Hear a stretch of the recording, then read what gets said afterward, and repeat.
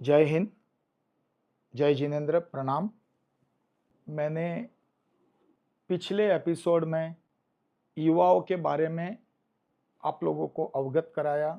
मैं सभी समाज के सदस्यों से, सभी समाज के नेतृत्व करने वाले लोगों से, सभी समाज के लीडरों से मैं एक ही गुजारिश करना चाहूँगा कि आप इस युवा धन के लिए एक पॉलिटिकल प्लेटफॉर्म डेवलप कीजिए। समाज के अंदर एक पॉलिटिकल प्लेटफॉर्म डेवलप करना अत्यंत आवश्यक है। उसके साथ साथ एक शिक्षा और चिकित्सा, उसके ऊपर भी समाज को, यूथ को साथ में लेके एक ऐसा ऑर्गेनाइजेशन डेवलप करना चाहिए जहां पे हम अच्छी शिक्षा के बारे में कैसे सोच सकते हैं, अच्छी चिकित्सा के बारे में हम कैसे सोच सकते हैं। मैं पर्टिकुलरली जैन होने के नाते मैं जैन समाज के बारे में अगर 4 शब्द कहना चाहूं तो हमने बहुत बड़े बड़े मंदिर, उपाश्रय, तीर्थ स्थान बहुत बड़े बड़े बनाए हैं। अब हमें आवश्यकता है शिक्षा और चिकित्सा में। हम कहां थे और कहां आ गए हैं। आज हम करोड़ों रुपए अपने नाम के लिए बोलियां बोलकर हम खर्च लेते हैं। कभी हमको ये होता है कि हम जिस धर्म के लिए इतना पैसा खर्चा कर रहे हैं, उस धर्म को बचाने के लिए सबसे आवश्यक चीज क्या है और उस धर्म को हम कैसे बचा सकते हैं। मैं एक ही चीज बताना चाहता हूं, अगर श्रावक जिंदा है, श्रावक अगर है तो धर्म है, श्रावक नहीं रहेगा तो धर्म कहां से रहेगा। हम वैसे भी 1% से नीचे आ गए और दिन ब दिन हमारी गिनती फॉल डाउन पे नीचे की तरफ आ रही है। हमको किसी को 1 बच्चा चाहिए, किसी को 2 बच्चे चाहिए और कहीं कहीं तो आज की डेट में ऐसे मैंने देखे हैं जिनको बच्चे चाहिए ही नहीं, गोद ले लेंगे। अब सोचो, कल्पना करो, अगर आपके माँ बाप ने भी गोद लिया होता किसी को तो आप कहां होते। डेवलप करनी है। हर बंदा अगर यही सोचेगा तो हम जाके कहां अटकेंगे। हमारी पॉपुलेशन डे बाय डे कम होती जा रही है और उसके अंदर भी हम श्रावकों का ध्यान नहीं रख पा रहे हैं। कई श्रावक मैंने ऐसे देखे हैं जो अपने धर्म से धीरे धीरे विमुख हो रहे हैं। मैं ये नहीं कह रहा हूं कि वो कन्वर्ट हो रहे हैं, बट उनका इंटरेस्ट अब धीरे धीरे धर्म में से कम होता जा रहा है। वो सिर्फ नाम के जैन बचे हुए हैं। क्या उन जैन परिवारों को बचाने का हमारा कर्तव्य नहीं है? जैन बचेगा तो धर्म बचेगा, जैन बचेगा तो हमारी सारी इतनी करोड़ों अरबों खरबों रुपए की हमने संपत्ति बनाई हुई है जैन समाज ने, वो बचेगी।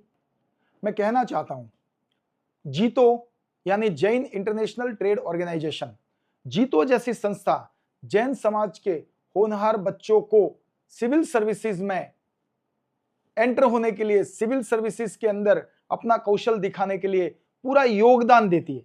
जीतो एकमात्र भारत की ऐसी संस्था है जो जैनों के बच्चों को सिविल सर्विसेज में या अच्छी या टॉप की एग्जाम्स के लिए अपना योगदान प्रदान करती है।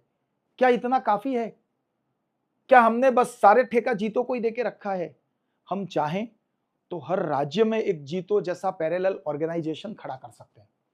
हम चाहें तो हर समाज के अंदर जीतो जैसा संस्था खड़ी कर सकते हैं। कई समाजों के अंदर होनहार बच्चे हैं, जैन का बेटा कभी हाथ नहीं फैलाता है, जैन का बच्चा कहीं भीख मांगने नहीं जाएगा। जैन समाज के अंदर कई ऐसे विरले पड़े हुए हैं जो आज भी गुप्त दान देते हैं। मैं उनकी बुरी बुरी अनुमोदना करता हूं, बट हमें और इसमें इजाफा करने की जरूरत है। जैन समाज किसी का मोहताज नहीं। जैन समाज एक ऐसी परंपरा है जहां पे अगर इस हाथ से काम करते हैं तो इस हाथ को पता नहीं चलता है। जैन समाज की यह सिस्टम धीरे धीरे विलुप्त होती जा रही है।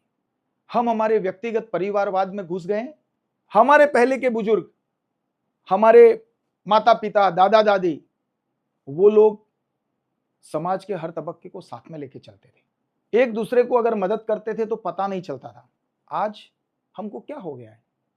हमारे कई होनहार बच्चे फीस न भर पाने की वजह से वो अच्छी शिक्षा से वंचित रहते हैं। आप इस बात को तो आप स्वीकार करना ही पड़ेगा कि अगर एक बच्चा अच्छी शिक्षा पाकर अगर अच्छी जगह नौकरी लगता है तो वो पूरे परिवार को समस्या में से उगार सकता है। मैं तो सबसे कहना चाहूंगा कि समाज में एक ऐसी व्यवस्था खड़ी होनी चाहिए कि शिक्षा के लिए, अच्छी शिक्षा के लिए और अच्छी चिकित्सा के लिए समाज के साधारण वर्ग को बिना ब्याज की लोन उपलब्ध करानी चाहिए।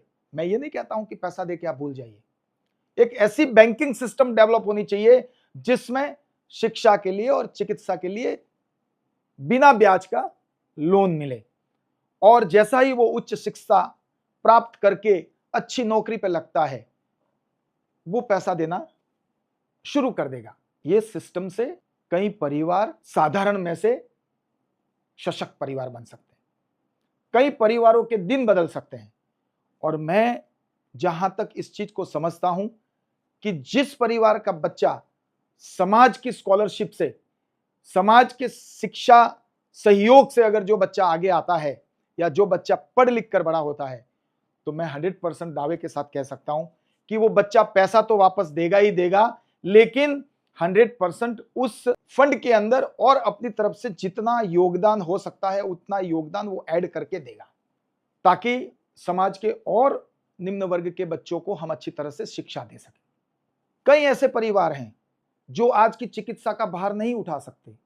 क्या होता है, वो इंसान बिना चिकित्सा के या बिना दवाई के, बिना ट्रीटमेंट के वो स्वर्गलोक सिधारता है।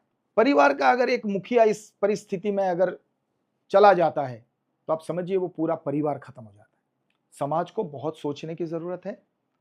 मैं जैन समाज के सभी अग्रणियों से एक निवेदन करना चाहूंगा कि आप समाज का नेतृत्व कर रहे हैं।